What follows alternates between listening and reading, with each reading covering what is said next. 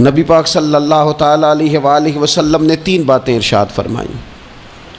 سب سے پہلے حضور نے نجات کے لیے جو بات ارشاد فرمائی وہ بڑی قابل غور ہے اور سمجھنے والی ہے۔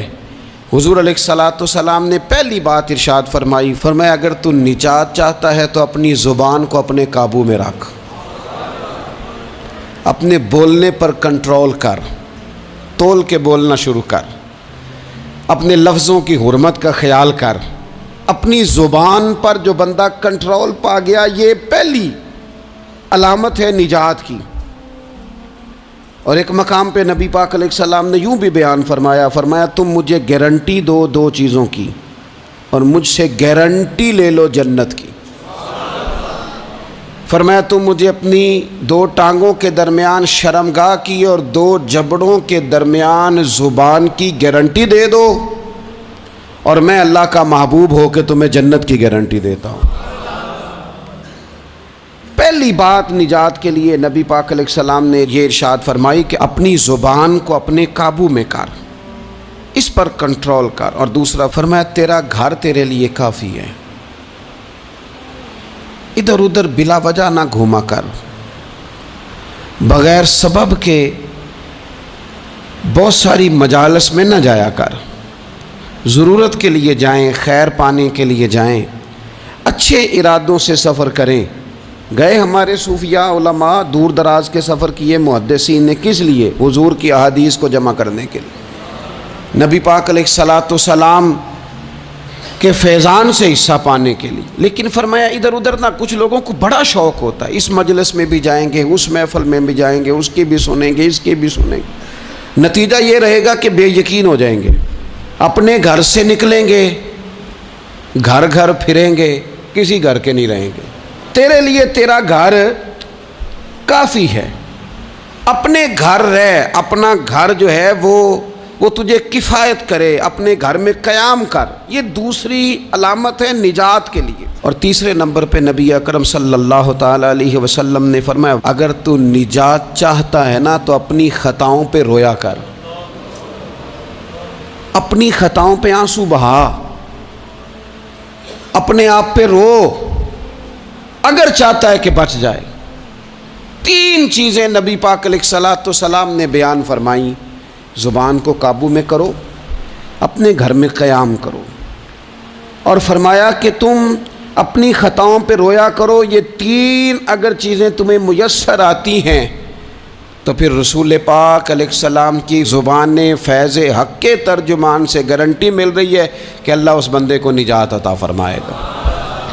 بہت شوق ہے لوگوں کو باتیں کرنے کا، بڑی باتیں، اوئے ہوئے، جو بات بڑے مختصر لفظوں میں 2 جملوں میں بیان ہو سکتی ہے، اس کے پیچھے اتنی لمبی تمہید باندھیں گے کہ اصل بات ہی رہ جائے گی بیچ میں سے۔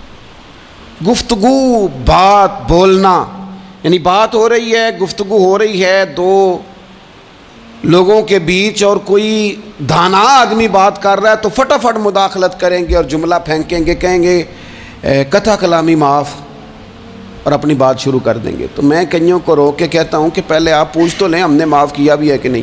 بہت باتیں کرتے ہیں بعض لوگ، بہت باتیں کرتے ہیں، اور دنیا میں جو زیادہ خطائیں ہوتی ہیں وہ زبان کی وجہ سے ہوتی ہیں۔ عملاً کوئی کسی کو کیا تکلیف دے گا، ہاتھ کوئی کسی پہ کیا اٹھائے گا، لیکن لفظوں کے تیر، جملوں کے ترش لہجے اور زبان کی کڑواہٹ، حضرت عثمان غنی رضی اللہ تعالیٰ عنہ فرمایا کرتے تھے کہ زبان تو روح کو گھائل کر جاتی ہے، بندے کو اندر سے توڑ کے رکھ دیتی ہے یہ زبان۔ بہت سارے لوگ تھے، انہوں نے بہت سارے جملے زندگی میں بولے، میں یقین سے کہتا ہوں کہ انہیں بھی پچھتاوا ہوا کہ یار مجھے یہ والا لفظ نہیں کہنا چاہیے تھا، لیکن کاش یہ بعد میں پچھتانے سے پہلے آپ سوچ لیتے۔ اور بہت سارے لوگ ایسے ہیں جو مجھے پتہ ہے جو وہ کہہ رہے ہیں وہ معافی ضمیر ان کا نہیں ہے، وہ ان کے خیالات نہیں ہوتے، لیکن وہ کہہ دیے انہوں نے، اور کہنے کے بعد اندازہ ہوا کہ یہ ہمیں کہنا نہیں چاہیے تھا۔ دوسرا ارشاد فرمایا کہ تو اس طرح کر، اپنے گھر کو نہ لازم پکڑ لے، تیرا گھر تیرے لیے بہتر ہے، تیرا گھر تیرے لیے کفایت کرنے والا ہے۔ شریعت اسلامیہ میں نا رہبانیت منع ہے، سارے حقوق چھوڑ کے بندہ گھر میں بیٹھ جائے، اجرے میں بیٹھ جائے، مرضی منع ہے، لیکن کچھ دیر کے لیے وَتَبَتَّلْ إِلَيْهِ تَبْتِيلًا، سب سے کٹ کر اللہ کے ساتھ جڑ جاؤ۔ قرآن مجید نے کہا وہ کیا ہے کہ کچھ دیر کے لیے خلوت ضرور اختیار، جیسے آپ اعتکاف میں بیٹھے ہیں، سب سے کٹ کے اللہ کے گھر آ گئے، یہ کچھ دیر کے لیے یہ کام کرنے کا ضرور حکم دیا گیا ہے۔ آپ دیکھیے حضرت موسیٰ علیہ السلام، اسلام میں رہبانیت نہیں، سارے حقوق چھوڑ کے جانا نہیں، لیکن کچھ دیر کے لیے، تھوڑی دیر کے لیے حضرت موسیٰ علیہ السلام 40 دن کے لیے گئے نا کوہ طور پہ، پھر اللہ نے تو رات عطا فرمائی۔ وَإِذْ وَعَدْنَا مُوسَىٰ 40 لَيْلَةً، ہم نے موسیٰ علیہ السلام سے 40 راتوں کا وعدہ لیا۔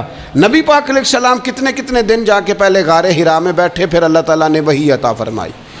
تو کچھ اپنے گھر میں وقت گزاریں، عبادت میں وقت گزاریں، اللہ کی یاد میں وقت گزاریں، سارا وقت گھومنے میں پھرنے میں ضائع نہ کر دیں۔ کچھ لوگ ایسے ہیں عبادت کے لیے بٹھاؤ تو تھکے ہوئے ہیں، اور ان سے کو کہیں جانا ہے تو وہ تیار بیٹھے ہیں، تو کچھ اوقات اپنے اس پر بھی لگائیں۔ اور تیسری بات جو ارشاد فرمائی گئی وہ یہ ہے کہ اپنی خطاؤں پہ رویا جائے۔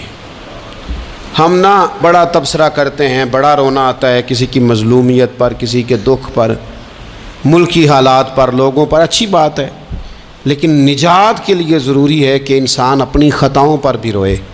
اور نبی اکرم صلی اللہ تعالیٰ علیہ وسلم نے فرمایا کہ اگر تمہیں اللہ کے خوف سے آنکھ سے اتنا قطرہ بھی نصیب ہو گیا جتنا مکھی اور مچھر کا پر ہوتا ہے، تو اللہ تبارک و تعالیٰ اتنا بھی تمہاری آنکھ سے آنسو نکل گیا تو جس طرح بھینس کے تھنوں سے نکلا ہوا دودھ دوبارہ تھنوں میں نہیں جاتا، تم بھی دوزخ میں نہیں جاؤ گے۔ اور 2 آنکھیں اللہ کو بڑی پیاری ہیں۔ یا رسول اللہ کون سی؟ فرمایا کہ جو رب کی رضا کے لیے پہرا دیتی ہے، اور ایک وہ آنکھ جو اللہ کے خوف میں آنسو بہاتی ہے۔ یہ 2 آنکھیں اللہ کو بڑی پیاری ہیں، تو اس لیے یہ 3 باتیں آپ نے نہیں بھولنی۔